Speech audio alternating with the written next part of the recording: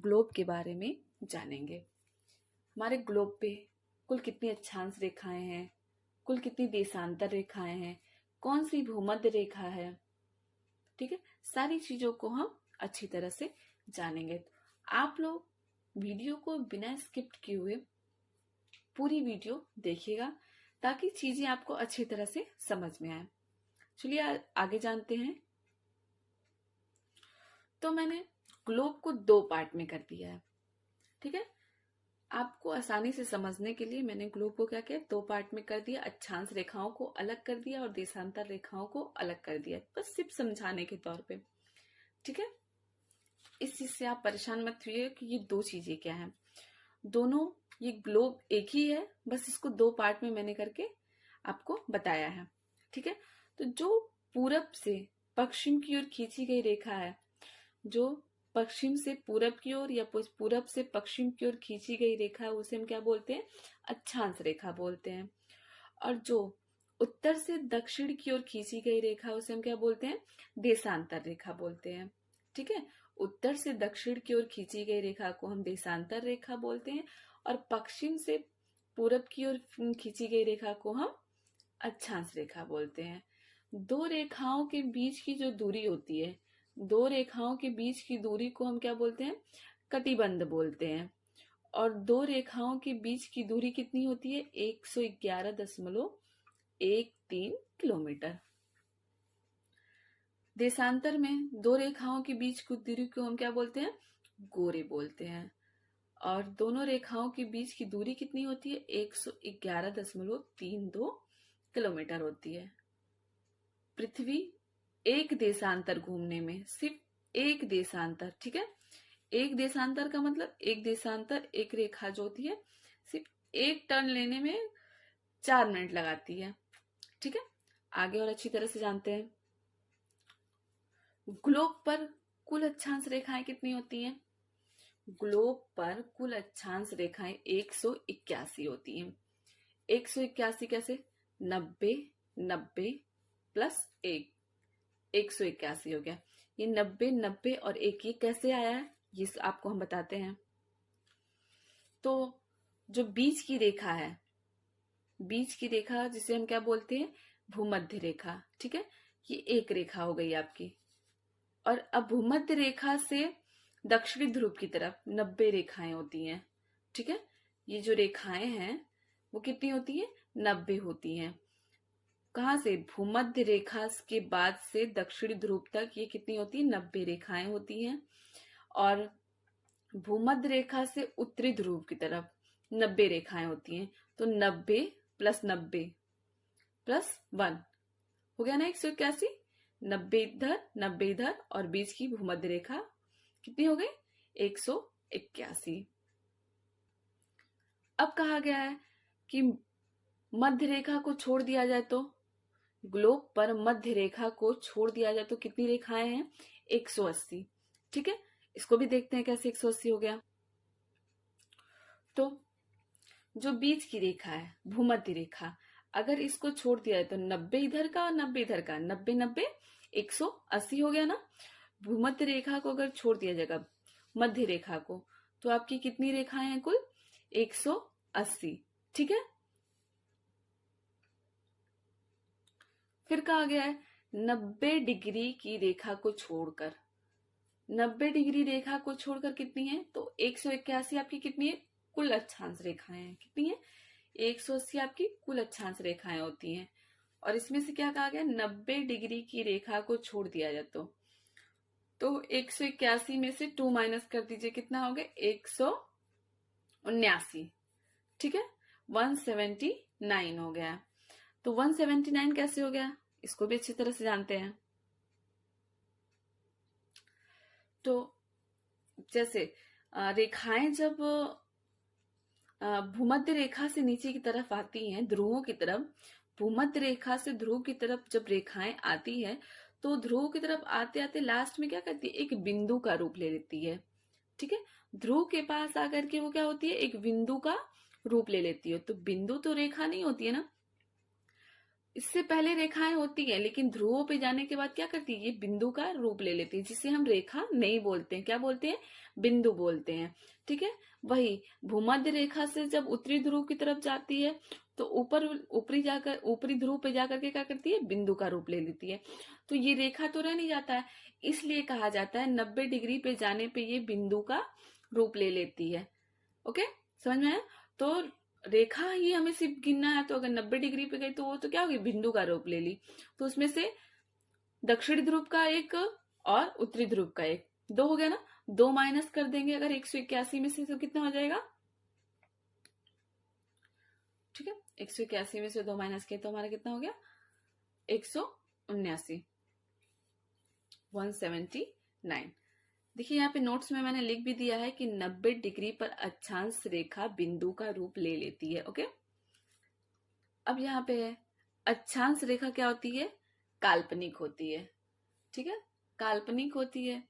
आगे क्या है, सभी अक्षांश रेखाएं सर्वत्र समान दूरी पर खींची हुई होती हैं। आपकी जो रेखाएं होती हैं वो क्या होती है, समान दूरी पे होती हैं। सारी रेखाएं जितनी भी हैं उनकी बीच की गैपिंग कितनी होती है, समान होती है। ठीक है, दो अक्षांश के बीच की दूरी उत्तरी या दक्षिणी गोलार्ध पर जाने पर उसकी दूरी क्या होती है, घटने लगती है, जब ये दक्षिणी ध्रुव से उत्तरी ध्रुव की तरफ जाती है। ठीक है, दक्षिणी ध्रुव से या उत्तरी ध्रुव से ये कहाँ जाती है, दक्षिणी की तरफ, या दक्षिणी से आपको उत्तरी की तरफ जाएगी। ठीक है, तो जब ये दूरी, ये गोला जो है, ग्लोब जो है जब चलेगा तो इसकी दूरी उत्तरी पे जाने पे इधर कम हो जाती है और इधर दक्षिण, मैंने पहले ही बता दिया है कि दो अक्षांश रेखाओं के बीच की दूरी कितनी होती है, 111.13 किलोमीटर होती है। ठीक है, दो अक्षांश के मध्य के क्षेत्र को क्या बोलते हैं, कटिबंध या पेटी कहते हैं। ठीक है, दो अक्षांश के मध्य मतलब दो अक्षांश रेखाओं के बीच की दूरी को हम कटिबंध भी बोलते हैं और पेटी भी बोलते हैं। ओके, देशांतर रेखाएं क्या होती हैं, तो जो मैंने बताया ना कि जो उत्तर से दक्षिण की ओर खींची गई रेखा है उसे हम देशांतर रेखा कहते हैं। ग्लोब या पृथ्वी पर कुल देशांतर रेखाएं कितनी होती हैं, 360 होती हैं। देशांतर रेखा हमें क्या बताती है, टाइम बताती है। दो देशांतर रेखाओं के बीच की औसतन दूरी कितनी होती है, 111.3 किलोमीटर होती है। ओके, देशांतर रेखा की दूरी ध्रुवों पर कम हो जाती है। ध्रुव मैंने बताया था ना, जहां पे वो बिंदु का रूप ले लेती है, वहां जाते जाते इसकी दूरी क्या हो जाती है, कम हो जाती है। पूरे विश्व की मानक समय 0 डिग्री देशांतर है। ठीक है, पूरे विश्व की जो समय रेखा है, मैंने पहले बताया ना, आगे देखिए लिखा होगा, देशांतर रेखा हमें क्या बताती है, टाइम बताती है। तो यहाँ पे क्या कहेगा, पूरे विश्व की मानक समय 0 डिग्री देशांतर है। यह रेखा हमें ग्रीनविच से गुजारती है। ठीक है, ये रेखा हमें कहाँ से गुजारती है, ग्रीनविच से। अब हम सौर मंडल के बारे में जानेंगे। ठीक है, तो सूर्य, बुध, शुक्र, पृथ्वी, मंगल, बृहस्पति, शनि, अरुण और वरुण। ठीक है, इन सारे ग्रहों के बारे में हम जानेंगे। ठीक है, तो सबसे पहले हम किसके बारे में जानेंगे, सूर्य के बारे में। ठीक है, तो जो सूर्य है, तो सौर मंडल के जनक जो हैं, सबसे पहले सौर मंडल के जनक के बारे में जानते हैं। सौर मंडल के जनक कॉपरनिकस को कहते हैं। ठीक है, कॉपरनिकस को कहते हैं, सौर मंडल के ये क्या है, जनक हैं। इन्होंने ही सबसे पहले बताया कि हमारे और मंडल में सूर्य केंद्र में है और ग्रह सूर्य की परिक्रमा करते हैं। ठीक है, सूर्य और उनके चारों ओर भ्रमण करने वाले 8 ग्रह हैं। सूर्य के चारों ओर भ्रमण करने वाले कितने ग्रह हैं, 8 ग्रह हैं और 172 उपग्रह हैं। धूमकेतु, उल्काएं और बहुत सारे तारे जो बौने तारे भी हैं और बौने ग्रह जो सौर मंडल में रहते हैं। ठीक है, और उन्हीं को क्या कहा जाता है, सौर मंडल कहा जाता है। ठीक है, सूर्य का जो भाग आंखों से दिखाई देता है उसे प्रकाश मंडल कहते हैं। सूर्य का जो भाग आंखों से दिखाई देता है उसे हम क्या बोलते हैं? प्रकाश मंडल बोलते हैं। सूर्य का वह भाग जो केवल सूर्य ग्रह के समय दिखता है उसे कोरोना कहते हैं। ठीक है, सूर्य का वह भाग जो केवल सूर्य ग्रह के समय दिखता है उसे हम क्या बोलते हैं? कोरोना बोलते हैं। ओके, सबसे पहले हम बुध के बारे में जानते हैं। ठीक है, सबसे छोटा ग्रह है बुध। क्या है? सबसे छोटा ग्रह है। सूर्य की परिक्रमा 88 दिन में करता है। बुध पर जीवन संभव नहीं है। बुध पे जीवन संभव क्यों नहीं है? क्योंकि यह सूर्य के सबसे निकटतम ग्रह है। ठीक है, सबसे नजदीकी है। सूर्य के बाद सबसे आने वाला कौन सा ग्रह है? बुध होता है, जो 560 डिग्री होता है, जिसका तापमान क्या होता है? 560 डिग्री है। बुध का एक दिन पृथ्वी के 90 दिन के बराबर होता है। बुध का जो एक दिन होता है वो पृथ्वी के 90 दिन के क्या होता है? बराबर होता है।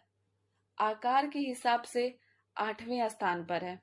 ठीक है, आकार के हिसाब से ये कौन से स्थान पे है? 8वें स्थान पे है। इसका कोई उपग्रह नहीं है। ठीक है, अब हम शुक्र के बारे में जानते हैं।